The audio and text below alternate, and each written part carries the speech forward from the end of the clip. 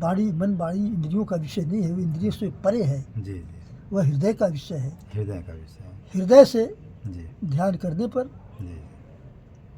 वह जाना जा सकता है। जाना जा सकता है।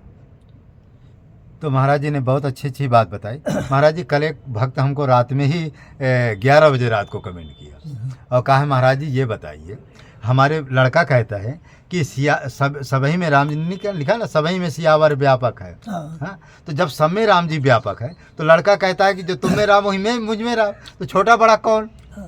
तो कहते हैं महाराज जो लड़का है वो कहता है जब तुम भी ये कहते हो कि सब में सब नहीं लिखा जड़ चेतन जीव जब सकल राम मैं जान, तो कहता है जब तुम में राम मुझ में राम और तुम में मुझ में अंतर क्या है? जब गुरु में वही राम चेला में वही राम, तो गुरु चेला में क्या अंतर है? तो क्या महाराज कुछ ऐसा जो ये किसके लिए लिखा गया है?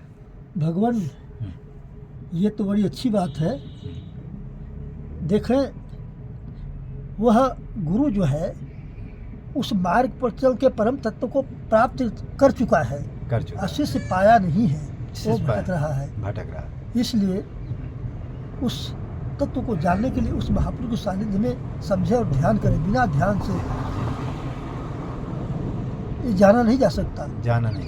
ये इंद्रियों का विषय, हमने बताया कि इंद्रियों का विषय नहीं है। इसको भगवान शंकर ने कहा कि तप बल विधि रचे संसारा, तप बल विष्णु करे जगताता, तप बल शिव करे संहारा, तप आधार यह सृष्टि भवानी। ये शरीर तप करने की मिली है, ये कमाने खाने के लिए नहीं मिली है। ये तो जो है आपसे कर्म करा लेगी, छोड़ेगी नहीं, वो तो करा ही लेगी। एक ही कर्म नहीं कराएगी, ईश्वर के बारे में वो नहीं जानेगी। माया कहती है कि तुम ईश्वर की ओर न जाओ, तुम मेरी सानिध्य में रहो।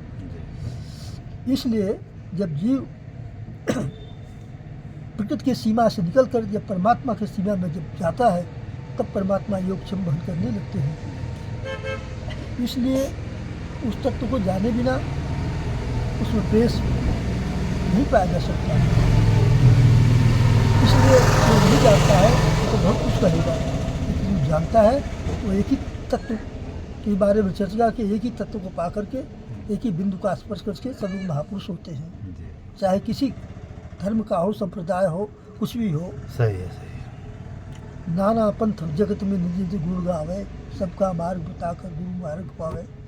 तो यह अनेक पंथ अनेक नामों से उसकी चर्चा करते हैं, लेकिन बिंदु एक ही है जिसका स्पर्श करके आदमी महान बनता है। एक और ब्रह्म द्वितीयो नास्तु, ब्रह्म एक है, दूसरा कुछ नहीं है। अब उसको सानिध्य और सत्संग के द्वारा ही जाना जा सकता है, ऐसे नहीं जाना जा सकता। क्योंकि यह जगत जो है या निशा सर्वभूतानाम तस्याम जागृति सुनिमी, यह जगत अंधेरी रात है। अब आदमी जन्म लेता है और शरीर पूरा करके इस संसार चला जाता है, लेकिन उसके लिए दिन होता ही नहीं, सारी जिंदगी और रात ही रात रह जाती है। क्योंकि दिन तो परमात्मा है, दिन तो ईश्वर है। उस ईश्वर में नहीं प्रवेश किया तो सारी ज़िंदगी वो जन्म लिया और रात ही रात उसकी जीवन बीत गया। क्योंकि ये जगत अंधेरी रात है, अंधेरी रात। तब उस परम तत्व को पाने के बाद ही वो आदमी उस प्रकाश में प्रवेश करता है। फिर उस प्रकाश तक जाने के बाद जन्म मृत्यु के चक्कर से मुक्त होकर परमपिता परमात्मा के धाम का जाने का अधिकारी हो जाता है। तो इसको तत्वदर्शी महापुरुष के बारे में समझने पर ही ये मालूम होगा। तो इसमें हमको ये लगा कि जब तक आपको तत्व ज्ञान नहीं हो जाता, तब तक ये आपके माने लागू नहीं होता। नहीं है? ये तो उस मार्ग पर चलना पड़ेगा, नियत कर्म करना पड़ेगा। नियतम कुरु कर्म तुम कर्मो ज्याह्य कर्मणो, भगवान गीता में कहें कि अर्जुन तुम नियत कर्म निर्धारित कर्म कर। निर्धारित क्या है? कर्म यज्ञ की प्रक्रिया, यज्ञ की प्रक्रिया है, कर्म है। संसार में कर्म एक ही है, परम तत्व परमात्मा को पाने की विधि एक है। वही ओम का जाप, तत्वदर्शी महापुरुष स्वरूप का ध्यान, यही नियत कर्म है जो कि ब्रह्म द्वारा निर्धारित है। इसको बनाने बिगाड़ने की जरूरत नहीं है, वो बिगड़ने वाला नहीं है, वो ब्रह्म द्वारा निर्धारित है। लोग शिष्य बनाते हैं, अनेक प्रकार के ज्ञान देते हैं, लेकिन भगवान कहते हैं ये सब धोखा है। भगवान का नाम ओम है, ओम का जाप करो और उसी ओम का ध्यान करो। तो महाराज जी ओम का जब क्या ये क्या बोलते हैं प्राणायाम के द्वारा जपा जाता कैसे? हाँ, तो ये करते करते एकदम ऐसी अवस्था आएगी कि प्राणायाम अपने आप हो जाता है, इसको करने की जरूरत नहीं है। अच्छा अच्छा। जब श्वास महाराज कुछ दिन तो अभ्यास करना पड़ेगा। हाँ, तो अभ्यास करते करते कुछ दिन के बाद होगा। तो महाराज जी जो ये प्राण माने ओम का सब किस तरह से माने जपा जाता है? देखो, ये श्वास पर निर्भर है। अच्छा, श्वास पर। श्वास पर भजन श्वास से होता है। अच्छा अच्छा भजन के एक ही विधि है, जी जी श्वास के माध्यम से। जी। श्वास आ रही है ओम, जा रही है ओम, अच्छा अच्छा। आ रही है ओम। श्वास पर श्वास। हाँ, ऐसे करते करते एक मिनट में जो 15 श्वास आती है, अच्छा, 1 मिनट 15 श्वास। 15 श्वास आती है। अच्छा अच्छा। तो 15 से 14 होगी, 14 से 13, 12, 11, 12, 10, 8, 9, 7 पर आते आते समाधि लग जाएगी अच्छा अच्छा। और ये श्वास गति एकदम कम हो जाएगी और श्वास खड़ी हो जाएगी। अच्छा अच्छा। तो वही इसको प्राणायाम हो जाएगा। तो इसको महाराज कैसे अभ्यास करते हैं योगी लोग? हाँ, तो योगी लोग बैठ करके आसन लगा करके, वो पद्मासन। हाँ पद्मासन। हाँ, पद्मासन जैसे आदमी को सुख मिले वही आसन है। अच्छा, तो आसन का ये कोई इसको नियम सुखासन नहीं जिसमें आप महाराज बैठे ये सुखासन है। जैसे सुख से आप बैठे वही सुखासन है। अच्छा अच्छा। जैसे आराम मिले, ये नहीं है कि पैर को गर्दन पर चढ़ा ले, ऐसा जी। नहीं, ये तो नाटक है। नाटक। जैसे साधक को आराम मिले उसी को आसन कहते हैं। माने वो प्राणायाम वो क्या ओम शब्द को श्वास प्रश्वास से हाँ, आपको श्वास जा रही है, श्वास को छेड़ना नहीं है, आराम से जैसे श्वास आ रही है आने दीजिए, जाने दीजिए। अच्छा और उसी में श्वास को ओम को जोड़ दीजिए। एक दिन समय ऐसा आएगा कि ये श्वास ओम को पकड़ लेगी, पकड़ लो। फिर छोड़ेगी नहीं। तो आज आप जाएगा खाते पीते किसी के साथ हमेशा वो अपने आप चालू हो जाएगा, हाँ, अपने आप जानो। ब्रह्म तक विद्युत हो जाएगा। तो ये कुछ दिन के हाँ, अभ्यास करना। अवस्था है। तो हमारे संत जी ओम के जाप का जो श्वासा द्वारा जप होता है ये बहुत इसी को अजपा जाप कहते हैं। लेकिन ये क्या है कि जो सभी महात्माओं को ज्ञान, महाराज ये विद्या सबको ज्ञान नहीं है। सबके लिए तो थोड़ा कठिन विषय है, इसको समझने की विषय क्योंकि ये जो है क्या जो मैंने माला से जपते हैं नहीं, रात दिन माला फेरते रहते, उनको ये सबका ज्ञान ही नहीं है। माला फेरने, माला तो असली श्वास की माला है। हाँ, असली श्वास की माला, ये आप श्वास हमारे मन की माला बात। ही तो वास्तविक माला है, जिसके जान लेने से मनुष्य को कुछ जानने को शेष नहीं रह जाता। इसलिए हाँ। इसको पहले समझें, इस मार्ग पर चलें। महापुरुष के सानिध्य में रहने पर महापुरुष आपको खुद चलाएंगे। जी। तो आपके लक्ष्य को पहुँचाते ही छोड़ेंगे। तो महाराज जी हमारे जो है जो श्वासा की जप का भेद है, मैं भी कभी कभी बताया करता हूँ। श्वासा का जप का भेद जब आपको पता हो जाएगा किसी महात्मा के द्वारा, जो आप बार बार पूछते अजपा जाप क्या, उसी के द्वारा महाराज अजपा जाप अपने आप चालू हो अपने जाएगा आप चालू हो जाएगा, और उसी में समाधि भी लगने हाँ, लगेगी। समाधि लग जाएगी। जहाँ श्वास 15 से 7-8 की अवस्था जहाँ पर खड़ी हो जाएगी तो अपने आप खड़ी हो जाएगी, आपको कुछ करना नहीं है। जी। और वही समाधि है, वही प्राणायाम है। फिर प्रकृति निर्मूल हो जाती है, परम तत्व परमात्मा दिखाई देने लगता है। जी। जब मन की गति, मन श्वास के साथ जुड़ा है, जब श्वास रुकती है तो मन ऑटोमेटिक रुक जाएगा, क्योंकि मन के हारे हार है, मन के पीछे मन रुका, परम तत्व दिखाई देना शुरू कर देगा, आदमी निहाल हो जाएगा। अंदर अंदर परमात्मा का दर्शन अंदर होता है, मंदिर में नहीं होता। हाँ, अंदर होता है, सत्य बात है। हाँ। तो महाराज जी आज बहुत अच्छी बात बताएं। अभी तक आप लोगों ने सुना होगा तमाम माला जपते हैं, नाना प्रकार के हैं। तो देखो माला जपना, देखो ये बैखरी वाणी, बैखरी वाणी मध्यमा वाणी, मध्यमा से पश्चंती वाणी, पश्चंती को हम श्वासा का जप कहते, कंठ की जाप पील का श्वासा की है मीन, अजपा जाप विहंग जाने परम। तो जो महाराज जी ने श्वासा का जप बताया है, इसके द्वारा मैं भी कभी कभी जब चर्चा करता हूँ ना, चाहे राम शब्द उसमें जोड़ दो, चाहे ओम शब्द जोड़ दो, दोनों जोड़, दोनों से आपका कल्याण हो जाए। दोनों ब्रह्म है।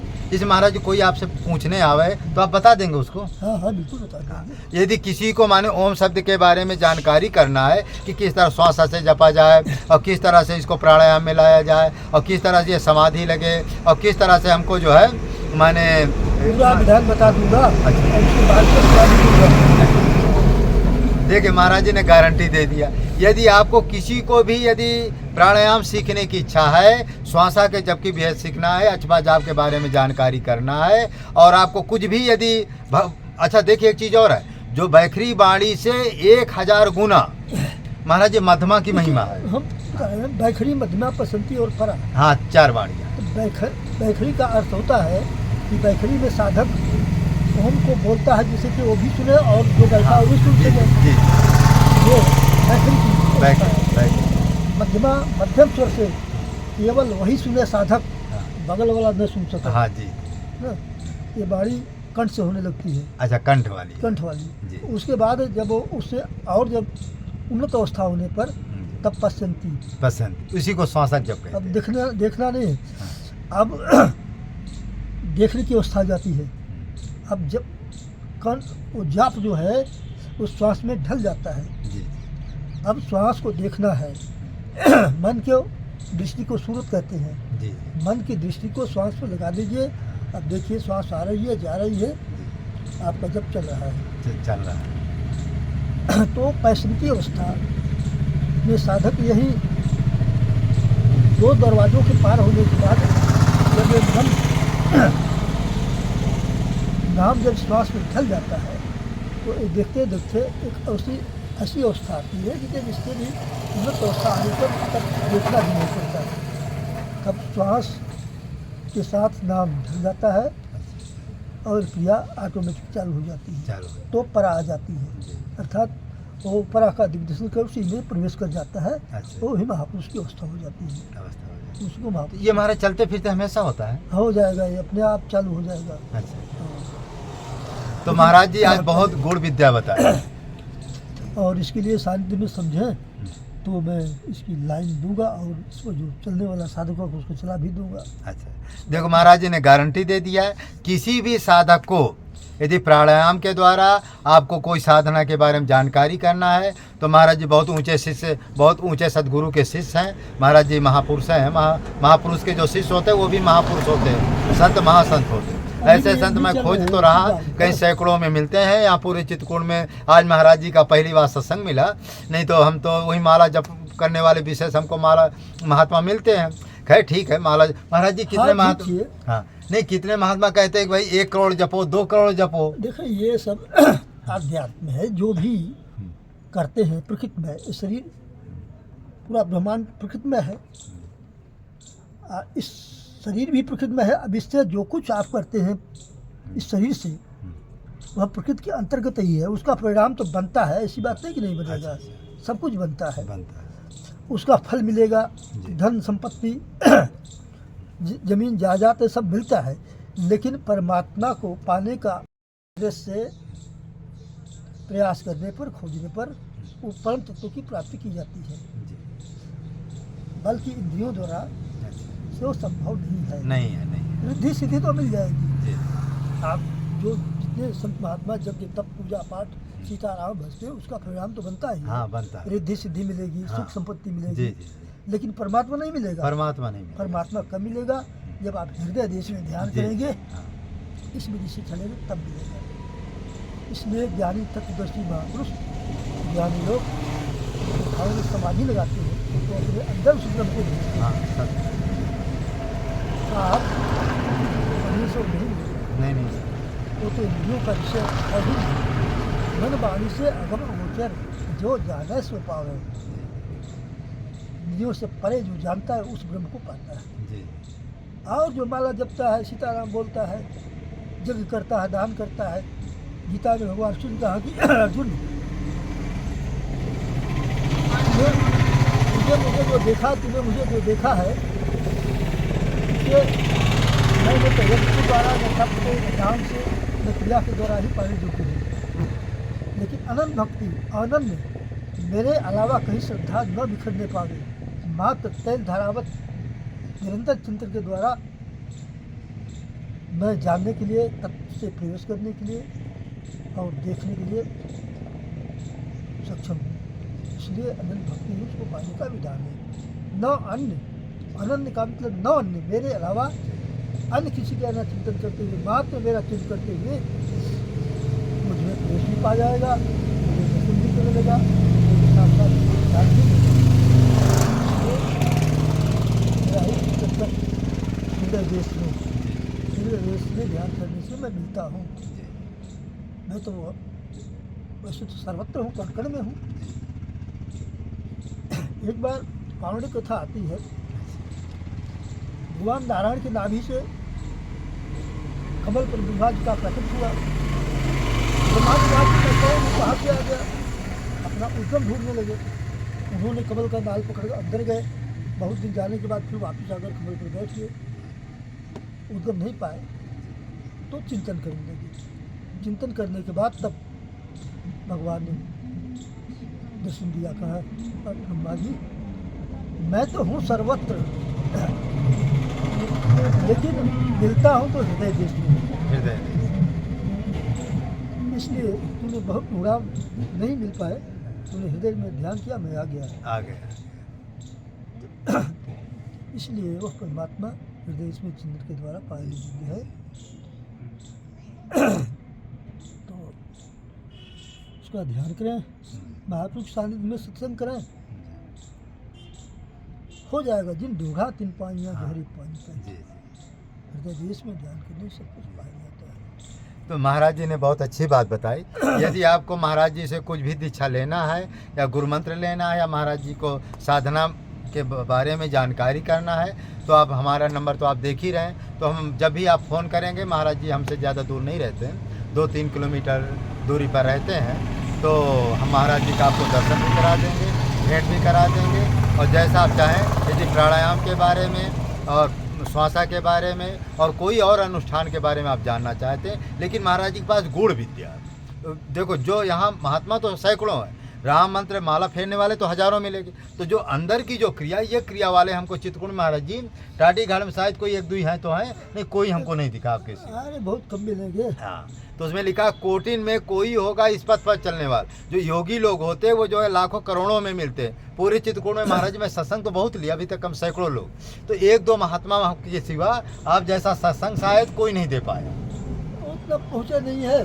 देखिए, वेदों का अध्ययन करता हो रहा दिन, हमारा काम वेद का रिपोर्ट अच्छा, है, शास्त्र। हाँ, इतना हिम्मत की क्षमता तो तो महाराज जी ने आज बहुत अच्छी गोड़ बात बताई। और एक चीज़ जो वो संत ने पूछा हमसे कि महाराज जी आपको कण कण में परमात्मा तो है, हम माने चेला या गुरु माता पिता और लड़का का वो करे, तो उसमें लिखा ब्रह्म ज्ञान जान्यो नहीं कर्म दियो छिटकाए, तुलसी ऐसी आत्मा साज नरक में। जब तक ब्रह्म का ज्ञान न हो जाए, कण कण में परमात्मा न दिखाए, तो समाज का नियम है, जो शास्त्र का नियम, उसके अनुसार महाराज चलना ही पड़ेगा। हाँ, बिल्कुल। और जब कण कण में परमात्मा दिखाई देने, ना तुम्हारे लिए कोई शास्त्र है ना कोई विधि विधान है।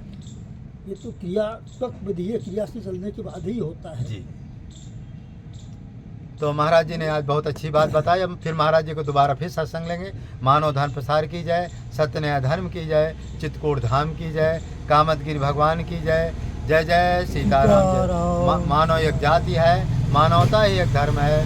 सभी धर्म संप्रदायों के संतों प्रवर्तों को आदर करना, अनाचार दुराचार भ्रष्टाचार को मिटाना, समाज में फैली हुई कुरीतियाँ डम्बरों के विरुद्ध संघर्ष करना, छुआछूत रंगभेद का जो है संभाषणों द्वारा जो है उसका निराकरण करना, गांव-गांव मोहल्लों में जाकर के मानव धर्म की स्थापना करना और शाखा खोलना, स्थानीय न्याय द्वारा दीन दुखी गरीबों की मदद करना, यही जो है मानव धर्म। और संतवाणी क्या है?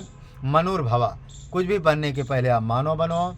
परोपकारी धर्मात्मा बिना साधन भजन की ईश्वर को प्राप्त कर लेता है। जो दूसरे को सुख पहुंचाते हैं, परमात्मा उसे ही सुख देते हैं। झूठ बोलने वाला कभी आगे बढ़ नहीं सकता है, सत्य बोलने वाला हमेशा आगे बढ़ता रहता है। इसलिए इस वीडियो को अधिक से अधिक लाइक करें, शेयर करें, सब्सक्राइब करें।